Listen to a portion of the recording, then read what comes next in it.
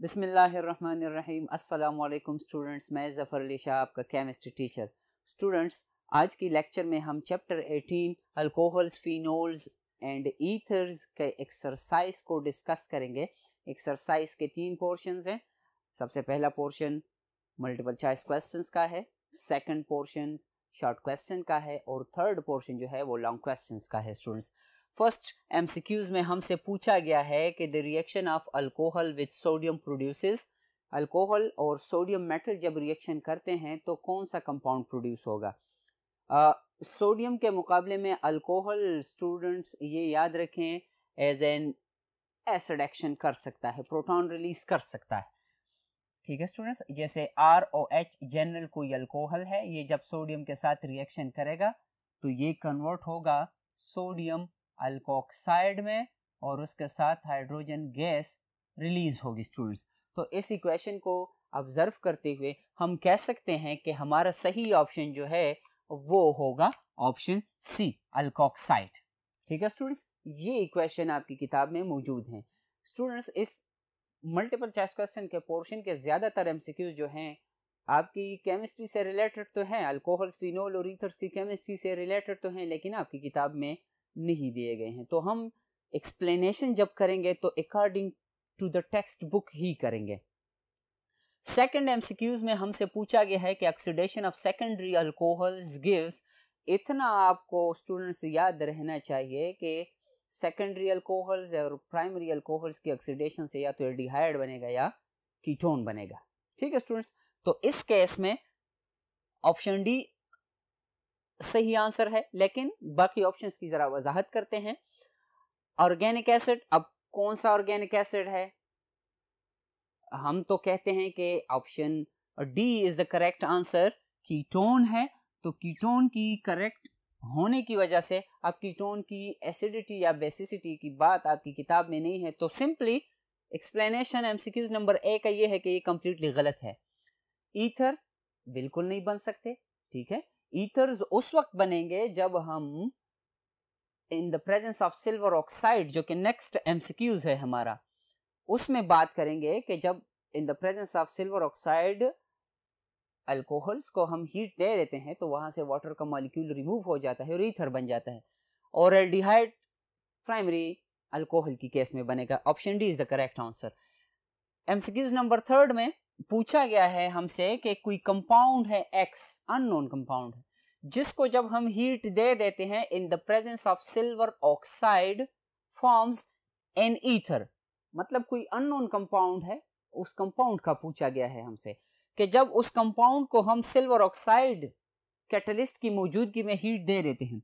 Students, this is silver oxide chemical formula Ag2O, ether देगा हमें। Unknown compound का पूछा गया है हमसे, तो दैट अननोन कंपाउंड, अगर हम कहें कि ईथर की प्रिपरेशन हुई है तो ऑप्शन डी में ईथर मौजूद है, तो फिर ईथर कैसे ईथर को प्रोड्यूस करेगा? ऑप्शन डी मुकम्मल गलत है। RX की अगर हम बात करें अल्काइल हैलाइड में, जनरली अगर हम ईथर के लिए केमिकल फार्मूला लिखें जनरल, दैट इज ROR। अब ये भी अल्काइल है, ये भी अल्काइल है, मतलब ये अल्काइल तो कॉमन है, लेकिन O तो यहाँ पर मौजूद नहीं है, ये वाला ऑप्शन भी कंप्लीटली गलत होगा। ठीक है स्टूडेंट्स, अब फिनोल है, यहां पर ईथर की बात जब की गई है तो ये स्पेसिफाई नहीं किया गया कि ये एरोमेटिक ईथर है, मतलब जिसमें फिनाइल रिंग्स मौजूद हैं, या एलिफेटिक है जिसमें अल्काइल ग्रुप्स मौजूद हैं। तो जो सही आंसर है यहां पर हमारा in case of MCQs number third, that is option A, alcohol है, वो कंपाउंड X अल्कोहल है। नंबर 4 मल्टीपल चॉइस क्वेश्चन में पूछा गया है स्टूडेंट्स के phenol on hydrogenation with hydrogen. Hydrogenation का सिंपल मतलब यह है एडिशन ऑफ हाइड्रोजन, के बेंजीन रिंग पर हाइड्रोक्सिल ग्रुप मौजूद हो तो फिनोल बन जाएगा। जैसे आपने इससे पहले वाले चैप्टर में ये डिस्कशन सीखी है, this is phenol students, benzene है, बेंजीन रिंग के साथ हाइड्रोक्सिल ग्रुप बॉन्डेड है। बेंजीन रिंग के बारे में हम कहते हैं कि इसमें ना डबल बॉन्ड मौजूद है ना सिंगल बॉन्ड मौजूद है, इंटरमीडिएट कैरेक्टर है। लेकिन यहाँ पर इस एमसीक्यू से रिलेटेड हम ये डिस्कशन करेंगे कि these are double bonds, 3 double bonds हैं। तो जब डबल बॉन्ड में हम hydrogen in the presence of a catalyst add करवाते हैं तो वो डबल से सिंगल में कन्वर्ट हो जाते हैं। अब विद रिस्पेक्ट टू दिस हमारा सही आंसर कौन सा होगा स्टूडेंट्स? ए गलत है क्योंकि बेंजीन है, फिनोल है नहीं। टोलुइन है, टोलुइन तो उस वक्त होगा स्टूडेंट्स जब इसके साथ CH3 ग्रुप बॉन्डेड होगा। ए और बी ऑप्शंस मुकम्मल गलत है। Option C is the correct answer in this case. ठीक है स्टूडेंट्स, तो ये जब हाइड्रोजनेशन के बाद कन्वर्ट होगा तो ये साइक्लोहेक्सानोल में कन्वर्ट होगा। हर एक कॉर्नर पर दो दो हाइड्रोजन एटम्स मौजूद हैं, साइक्लोहेक्सानोल। एमसीक्यूज नंबर 5 में पूछा गया है स्टूडेंट्स के di ethyl ether, this is ethyl ether. अगर हम यहाँ पर C2H5 लगाए और अपनी पोजीशन पर और C2H5 तो डाई इथाइल ईथर बन जाएगा students. Is prepared by passing vapours of ethanol, ठीक है, और a catalyst under high pressure and temperature. The catalyst is, अगर आपने एमसीक्यूज नंबर 3 को गौर से देखा हो तो वहां पर यही बात की गई है। वहां पर एक अननोन कंपाउंड एक्स था, कैटलिस्ट बताया गया था हमें सिल्वर ऑक्साइड। यहां पर कंपाउंड भी बताया गया, उस एक्स की जगह अल्कोहल बताया गया है, प्रोडक्ट भी बताया गया है, कैटलिस्ट का पूछा गया है, तो वहां पर सिल्वर ऑक्साइड है ऑप्शन। यहां पर भी हमारा ऑप्शन जो होगा students that is silver oxide. Option C in this case is the correct answer. Next MCQs की तरफ जाते हैं students. Next MCQs which is MCQs number 6 board number 2 पर। एमसीक्यूज नंबर 6 में पूछा गया है कि denatured alcohol is known as, denatured alcohol कौन सा है? ऑप्शन ए एब्सोल्यूट अल्कोहल है। स्टूडेंट्स एब्सोल्यूट अल्कोहल वो अल्कोहल है, नॉर्मली इथेनॉल है, जिसमें लेस देन 1% या 1% ऑफ वाटर उसमें मौजूद हो, that is known as absolute alcohol. ठीक है स्टूडेंट्स, 100% प्योर हम कह सकते हैं जिसको बार बार डिस्टिल्ड किया गया हो। नंबर 2 जो है वुड स्पिरिट है। Wood spirit normally students methanol ही है, ठीक है, मेथनॉल ही है, जिसको हम कह सकते हैं कि दिस इज एग्रीकल्चरल ओरिजिन है, मतलब एग्रीकल्चर प्लांट से जो अल्कोहल हमें हासिल होता है मेथनॉल, उसकी बात हो रही है। ऑप्शन सी जो है मिथाइलेटेड स्पिरिट है। उससे पहले रेक्टिफाइड स्पिरिट का मतलब ये है कि जिसको बार बार डिस्टिल्ड किया गया हो। हमारा जो ऑप्शन है in this case that is C, सही आंसर है methylated spirit. Students methylated spirit की जरूरत क्या है, या डिनेचर्ड अल्कोहल किसको कहते हैं? डिनेचरेशन ऑफ अल्कोहल का मतलब ये है कि उसको ड्रिंकिंग पर्पसेस के लिए अनफिट बनाया जाता है, उसकी केमिस्ट्री पर कुछ असर नहीं पड़ेगा। ठीक है स्टूडेंट्स, उसमें एडिटिव्स ऐड किए जाते हैं ताकि उनकी केमिस्ट्री डिस्टर्ब ना हो और ड्रिंकिंग पर्पसेस के लिए वो अनफिट हो। एमसीक्यूज नंबर 7 में पूछा गया है स्टूडेंट्स कि अ कंपाउंड X, एक unknown compound, is formed when the vapors of phenol are passed over red hot zinc dust. Zinc catalyst है, डस्ट का मतलब ये है पाउडर। ठीक है students, the compound X is के X कौन सा कंपाउंड है हमारे पास? अब ऑप्शन ए टोलुइन है कि टोलुइन बना है, ऑप्शन बी ज़ाइलीन है, ऑप्शन सी बेंजीन है और ऑप्शन डी बेंजोल है। तो स्टूडेंट्स जैसे आपको स्टार्ट में बताया गया था कि आपकी किताब में जो एमसीक्यूज दिए गए हैं वो इन अल्कोहल फिनोल और केमिस्ट्री, अल्कोहल फिनोल और ईथर्स की केमिस्ट्री से रिलेटेड है, लेकिन आपकी किताब में वो इंफॉर्मेशन नहीं है।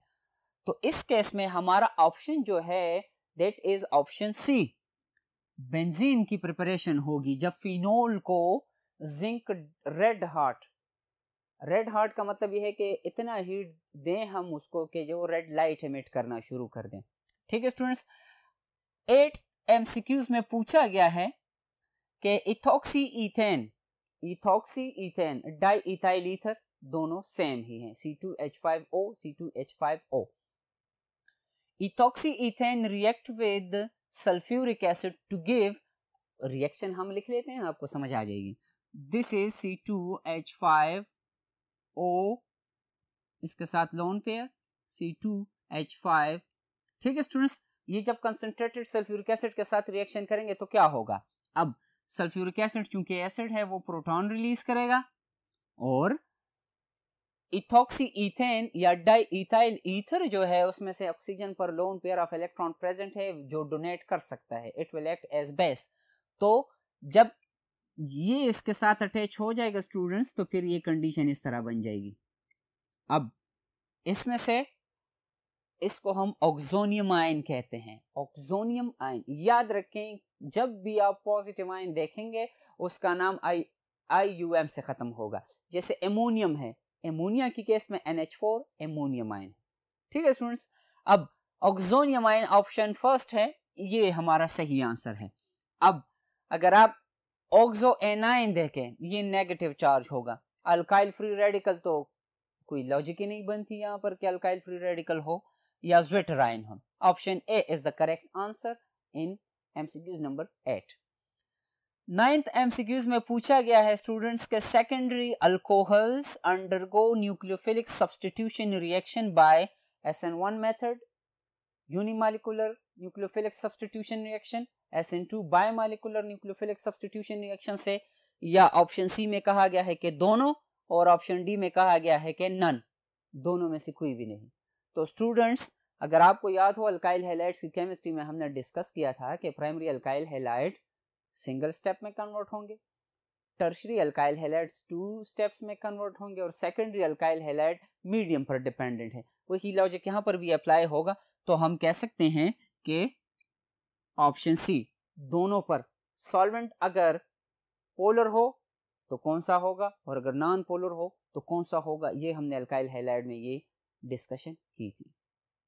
MCQs नंबर 10 में पूछा गया है स्टूडेंट्स के the appearance of cloudiness in the Lucas test for the alcohol is due to the formation of, ये याद रखें स्टूडेंट्स के लूकस टेस्ट प्राइमरी सेकेंडरी और टर्शियरी अल्कोहल्स की डिटेक्शन के लिए है। तो यहाँ पर जो पूछा गया है हमसे कि जब लूकस टेस्ट को, what is लूकस reagent, ZnCl2 anhydrous ZnCl2 जिसके साथ वाटर वेपर ना हो, और HCl या HBr या HI जो भी एसिड हम यूज करें, उसमें जो क्लाउडीनेस बन जाता है वो क्यों बन जाता है students? Option A alkyl chloride की वजह से, ठीक है स्टूडेंट्स। ऑप्शन बी में पूछा गया है कि एसिड क्लोराइड की वजह से, ऑप्शन सी में पूछा गया है कि एल्डिहाइड्स की वजह से, और ऑप्शन डी में पूछा गया है कीटोन्स की वजह से। हमारा जो सही आंसर है यहाँ पर, क्योंकि इन तीनों का तो कोई लॉजिक बनता ही नहीं है कि ये तीनों बन जाए, option A is the correct answer. ठीक है स्टूडेंट्स, तो फर्स्ट पोर्शन जो कि MCQs का पोर्शन था उसमें टोटल नंबर ऑफ MCQs जो थे वो 10 थे, और वो हमने डिस्कस किया और उसके सही ऑप्शंस को भी हमने डिस्कस किया। बोर्ड नंबर 3 पर सेकंड पोर्शन है शॉर्ट क्वेश्चन, वहां से स्टार्ट ले लेते हैं। शॉर्ट क्वेश्चन का पोर्शन शुरू होता है क्वेश्चन नंबर 1 से, जिसमें पूछा गया है स्टूडेंट्स के what is functional group of alcohol, alcohol का फंक्शनल ग्रुप कौन सा है। अल्कोहल, फिनोल और ईथर्स का चैप्टर जब हमने स्टार्ट किया था तो वहां पर बात की गई थी कि alcohols are in fact the derivatives of water.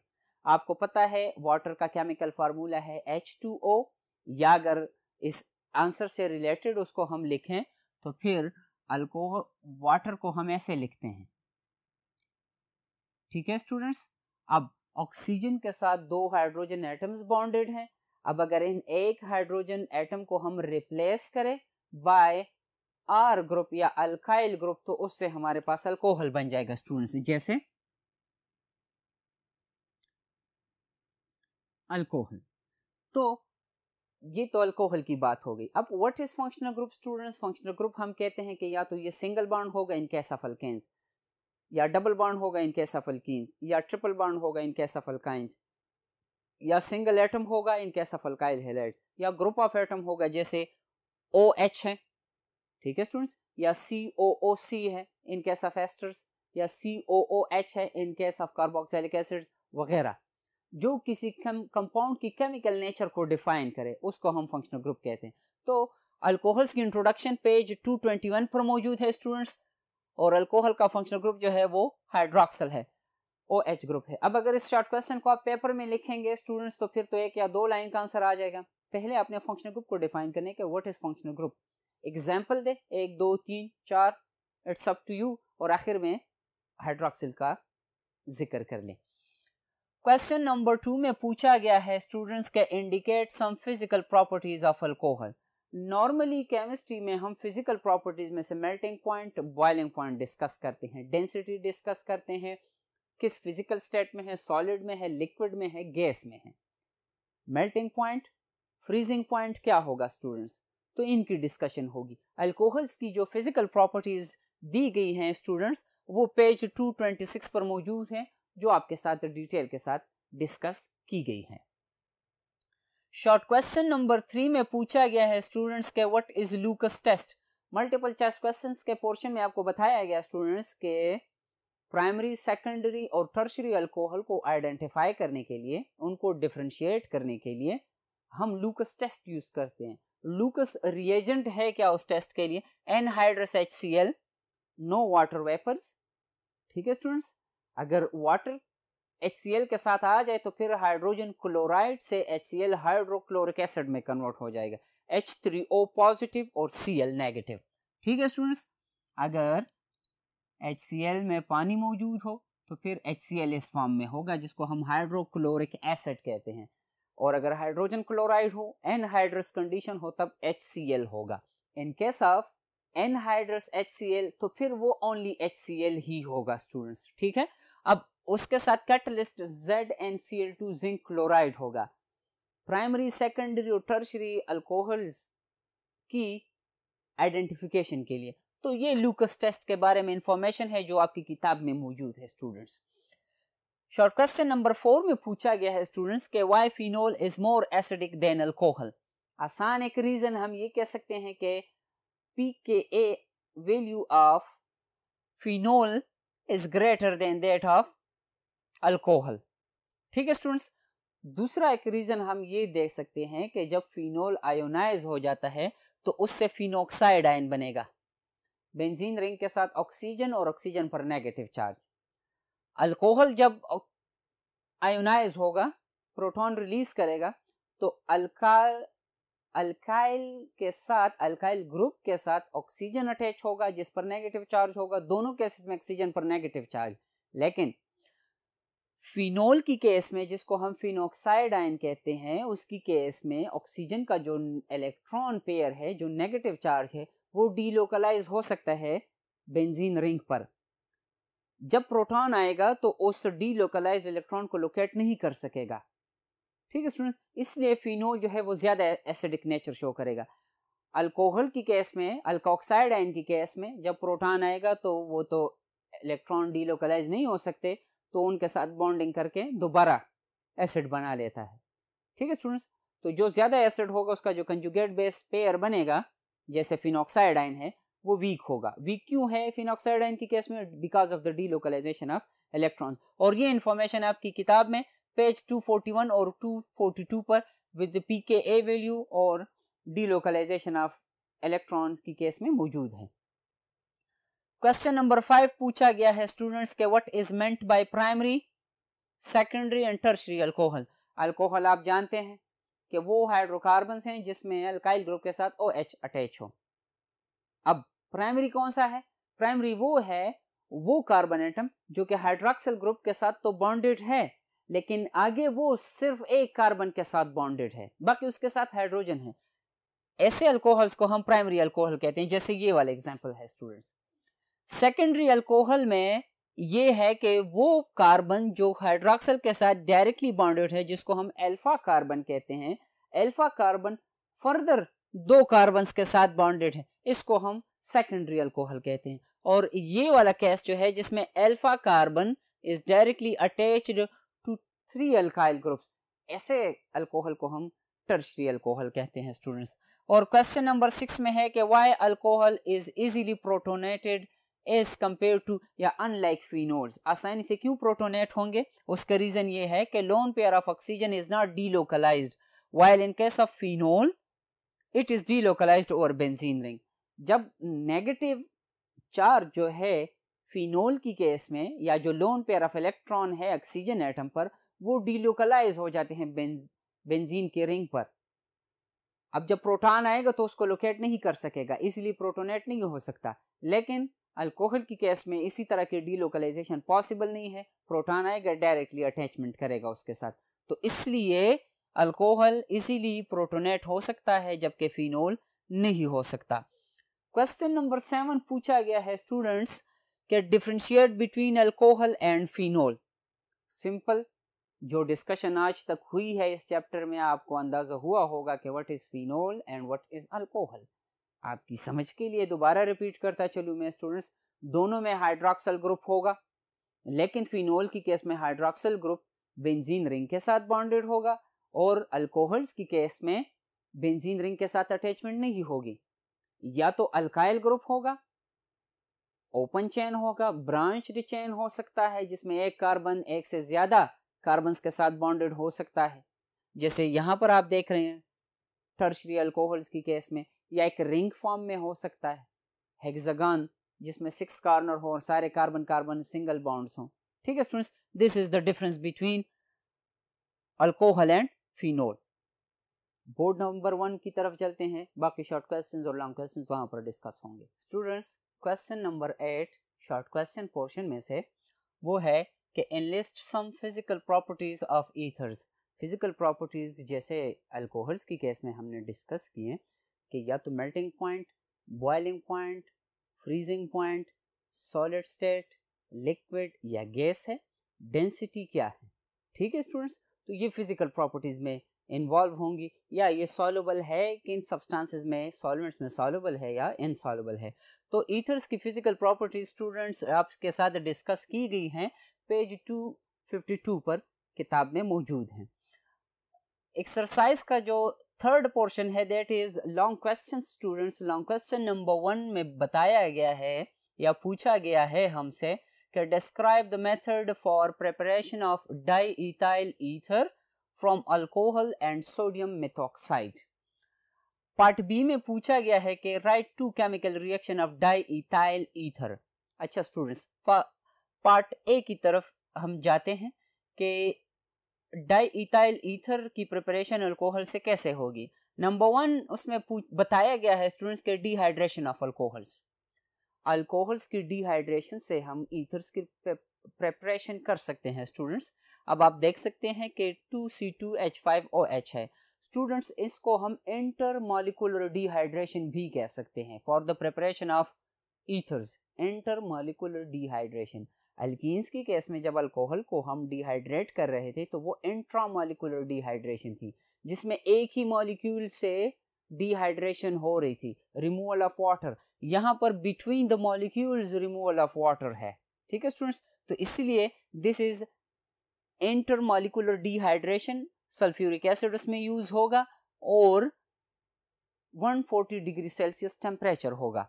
Second हमारे पास जो बताया गया है कि कैसे सोडियम मेथॉक्साइड से प्रिपेयर होगा स्टूडेंट्स, विलियमसन्स सिंथेसिस मेथड है, जिसमें अल्कोहल पहले सोडियम मेटल के साथ रिएक्शन करके अल्कोक्साइड देगा।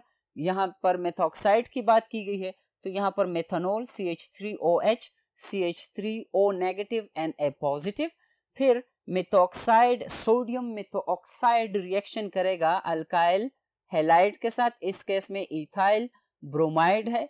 रिएक्शन के बाद वो कन्वर्ट होंगे, क्योंकि अगर हम CH3 की बात करेंगे तो फिर CH3O C2H5 में ये कन्वर्ट होगा। डाई इथाइल ईथर है स्टूडेंट्स।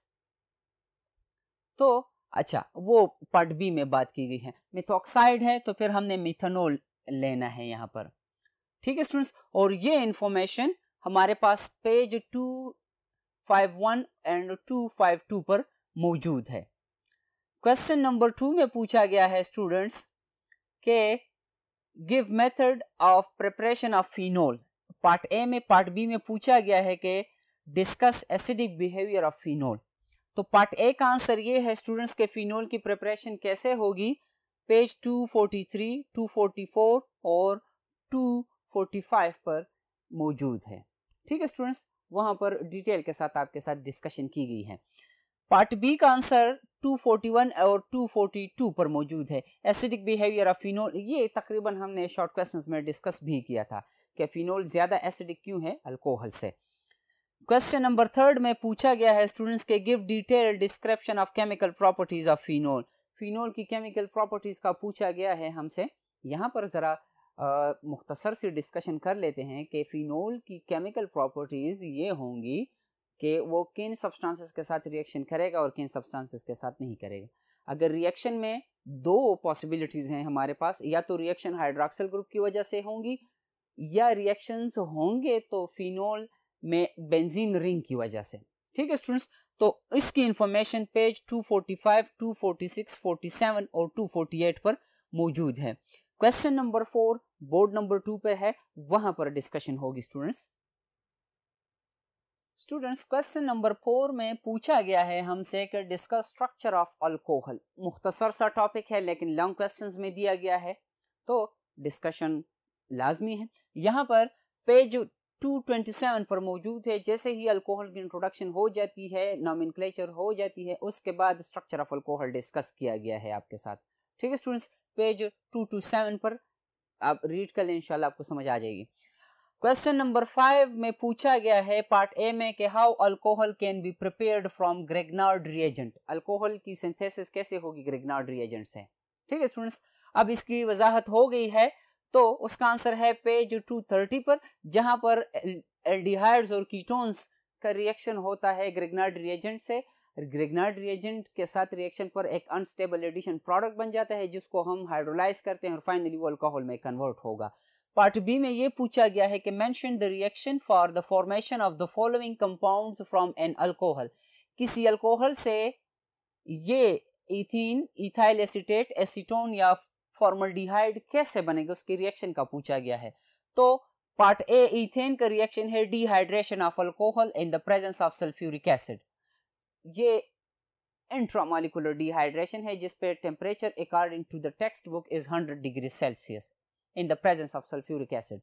पार्ट बी का एस्टेरिफिकेशन है। ठीक है स्टूडेंट्स, जहां पर अल्कोहल एसिटिक एसिड के साथ या कार्बोक्सिलिक एसिड के साथ एसिड की प्रेजेंस में रिएक्शन करेगा तो वो एस्टर में कन्वर्ट होगा, एस्टेरिफिकेशन, जिसका नाम है इथाइल एसीटेट।